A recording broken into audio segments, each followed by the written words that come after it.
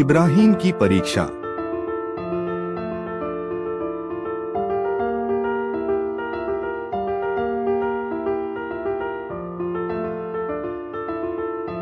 सो यहोवा ने जैसा कहा था वैसा ही सारा की सुधि लेके उसके साथ अपने वचन के अनुसार किया। सो सारा को इब्राहीम से गर्भवती होकर उसके बुढ़ापे में उसी नियुक्त समय पर जो परमेश्वर ने उससे ठहराया था एक पुत्र उत्पन्न हुआ। और इब्राहीम ने अपने पुत्र का नाम जो सारा से उत्पन्न हुआ था इसहाक रखा। और जब उसका पुत्र इसहाक 8 दिन का हुआ तब उसने परमेश्वर की आज्ञा के अनुसार उसका खतना किया। और जब इब्राहीम का पुत्र इसहाक उत्पन्न हुआ तब वह 100 वर्ष का था।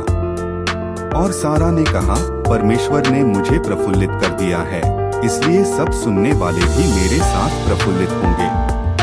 फिर उसने यह भी कहा कि क्या कोई कभी इब्राहीम से कह सकता था कि सारा लड़कों को दूध पिलाएगी? पर देखो, मुझसे उसके बुढ़ापे में एक पुत्र उत्पन्न हुआ। और वह लड़का बढ़ा और उसका दूध छुड़ाया गया। और इसहाक के दूध छुड़ाने के दिन इब्राहीम ने बड़ी जेवनार की। तब सारा को मिस्री हाजिरा का पुत्र जो इब्राहीम से उत्पन्न हुआ था हंसी करता हुआ देख पड़ा।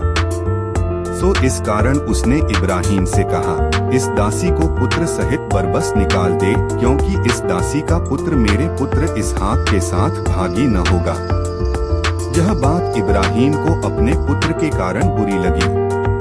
तब परमेश्वर ने इब्राहीम से कहा, उस लड़के और अपनी दासी के कारण तुझे बुरा न लगे, जो बात सारा तुझसे कहे उसे मान, क्योंकि जो तेरा वंश कहलाएगा सो इसहाक ही से चलेगा। दासी के पुत्र से भी मैं एक जाति उत्पन्न करूंगा, इसलिए कि वह तेरा वंश है। सो इब्राहीम ने बिहान को तड़के उठकर रोटी और पानी से भरी चमड़े की थैली भी हाजिरा को दी और उसके कंधे पर रखी और उसके लड़के को भी उसे देकर उसको विदा किया। सो वह चली गई और बेर्शेबा के जंगल में भ्रमण करने लगी। जब थैली का जल चुक गया तब उसने लड़के को एक झाड़ी के नीचे छोड़ दिया। और आप उससे तीर भर के डब्बे पर दूर जाकर उसके सामने यह सोचकर बैठ गई कि मुझको लड़के की मृत्यु देखनी न पड़े। तब वह उसके सामने बैठी हुई चिल्ला चिल्ला के रोने लगी। और परमेश्वर ने उस लड़के की सुनी और उसके दूत ने स्वर्ग से हाजिरा को पुकार के कहा, हे हाजिरा, तुझे क्या हुआ? मत डर, क्योंकि जहाँ तेरा लड़का है वहाँ से उसकी आवाज परमेश्वर को सुन पड़ी है। उठ, अपने लड़के को उठा और अपने हाथ से संभाल, क्योंकि मैं उसके द्वारा एक बड़ी जाति बनाऊंगा। परमेश्वर ने उसकी आंखें खोल दी और उसको एक कुआं दिखाई पड़ा। सो उसने जाकर थैली को जल से भरकर लड़के को पिलाया।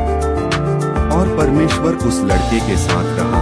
और जब वह बड़ा हुआ तब जंगल में रहते रहते धनुर्धारी बन गया। वह तो पारान नाम जंगल में रहा करता था। और उसकी माता ने उसके लिए मिस्र देश से एक स्त्री मंगवाई। उन दिनों में ऐसा हुआ कि अबीमेलेक अपने सेनापति पीकोल को संग लेकर इब्राहीम से कहने लगा, जो कुछ तू करता है उसमें परमेश्वर तेरे संग रहता है। सो अब मुझसे यहाँ इस विषय में परमेश्वर की किरिया खा कि तू न तो मुझसे छल करेगा और न कभी मेरे वंश से करेगा, परंतु जैसी करुणा मैंने तुझ पर की है वैसी ही तू मुझ पर और इस देश पर भी जिसमें तू रहता है करेगा। इब्राहीम ने कहा, मैं किरिया खाऊंगा। और इब्राहीम ने अबीमेलेक को एक कुएं के विषय में जो अबीमेलेक के दासों ने बरियाई से ले लिया था उलाहना दिया। तब अबीमेलेक ने कहा, मैं नहीं जानता कि किसने यह काम किया और तूने भी मुझे नहीं बताया और न मैंने आज से पहले इसके विषय में कुछ सुना। तब इब्राहीम ने भेड़ बकरी और गाय बैल लेकर अबीमेलेक को दिए और उन दोनों ने आपस में वाचा बांधी। और इब्राहीम ने भेड़ की 7 बच्ची अलग कर रखी। तब अबीमेलेक ने इब्राहीम से पूछा, इन 7 बच्चियों का जो तूने अलग कर रखी हैं क्या प्रयोजन है? उसने कहा, तू इन 7 बच्चियों को इस बात की साक्षी जानकर मेरे हाथ से ले कि मैंने कुआं खोदा है।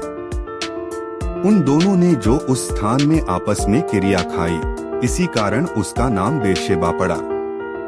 जब उन्होंने बेर्शेबा में परस्पर वाचा बांधी, तब अबीमेलेक और उसका सेनापति पीकोल उठकर पलिश्तियों के देश में लौट गए।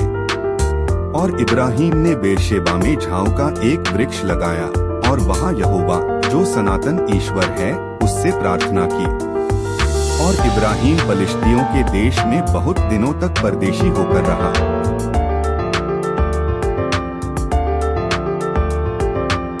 इन बातों के पश्चात ऐसा हुआ कि परमेश्वर ने इब्राहिम से यह कहकर उसकी परीक्षा की कि हे इब्राहिम, उसने कहा, देख मैं यहाँ हूँ।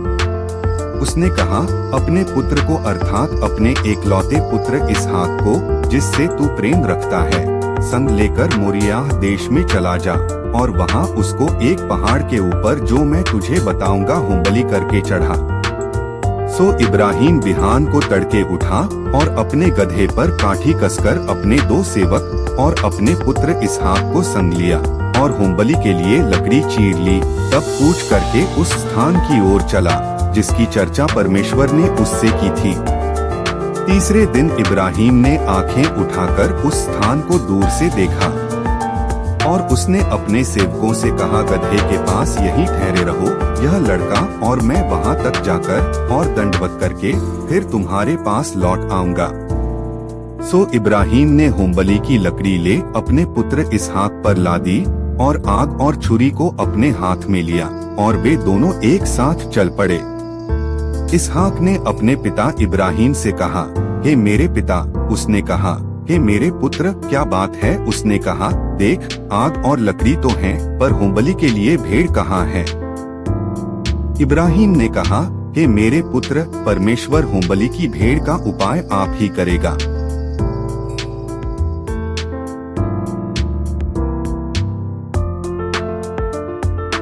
सो वे दोनों संग संग आगे चलते गए और वे उस स्थान को जिसे परमेश्वर ने उसको बताया था पहुँचे। तब इब्राहिम ने वहाँ वेदी बनाकर लकड़ी को चुन चुन कर रखा और अपने पुत्र इसहाक को बांध के वेदी पर की लकड़ी के ऊपर रख दिया। और इब्राहिम ने हाथ बढ़ाकर छुरी को ले लिया कि अपने पुत्र को बलि करे। तब यहोवा के दूत ने स्वर्ग से उसको पुकार के कहा, हे इब्राहिम, हे इब्राहिम। उसने कहा, देख मैं यहाँ हूँ। उसने कहा, उस लड़के पर हाथ मत बढ़ा और न उससे कुछ कर, क्योंकि तूने जो मुझसे अपने पुत्र वरन अपने एकलौते पुत्र को भी नहीं रख छोड़ा। इससे मैं अब जान गया कि तू परमेश्वर का भय मानता है। तब इब्राहिम ने आंखें उठाई और क्या देखा कि उसके पीछे एक मेढ़ा अपने सींगों से एक झाड़ी में बंधा हुआ है। सो इब्राहिम ने जाके उस मेंढे को लिया और अपने पुत्र की संति होमबलि करके चढ़ाया। और इब्राहिम ने उस स्थान का नाम यहोवा यिरे रखा। इसके अनुसार आज तक भी कहा जाता है कि यहोवा के पहाड़ पर उपाय किया जाएगा। फिर यहोवा के दूत ने दूसरी बार स्वर्ग से इब्राहिम को पुकार के कहा, यहोवा की यह वाणी है कि मैं अपनी ही यह शपथ खाता हूँ कि तूने जो यह काम किया है कि अपने पुत्र वरन अपने एकलौते पुत्र को भी नहीं रख छोड़ा। इस कारण मैं निश्चय तुझे आशीष दूंगा और निश्चय तेरे वंश को आकाश के तारागण और समुद्र के तीर की बालू के किनकों के समान अनगिनत करूंगा और तेरा वंश अपने शत्रुओं के नगरों का अधिकारी होगा। और पृथ्वी की सारी जातियां अपने को तेरे वंश के कारण धन्य मानेंगी, क्योंकि तूने मेरी बात मानी है। तब इब्राहिम अपने सेवकों के पास लौट आया और वे सब बेर्शेबा को संग संग गए और इब्राहिम बेर्शेबा में रहता रहा।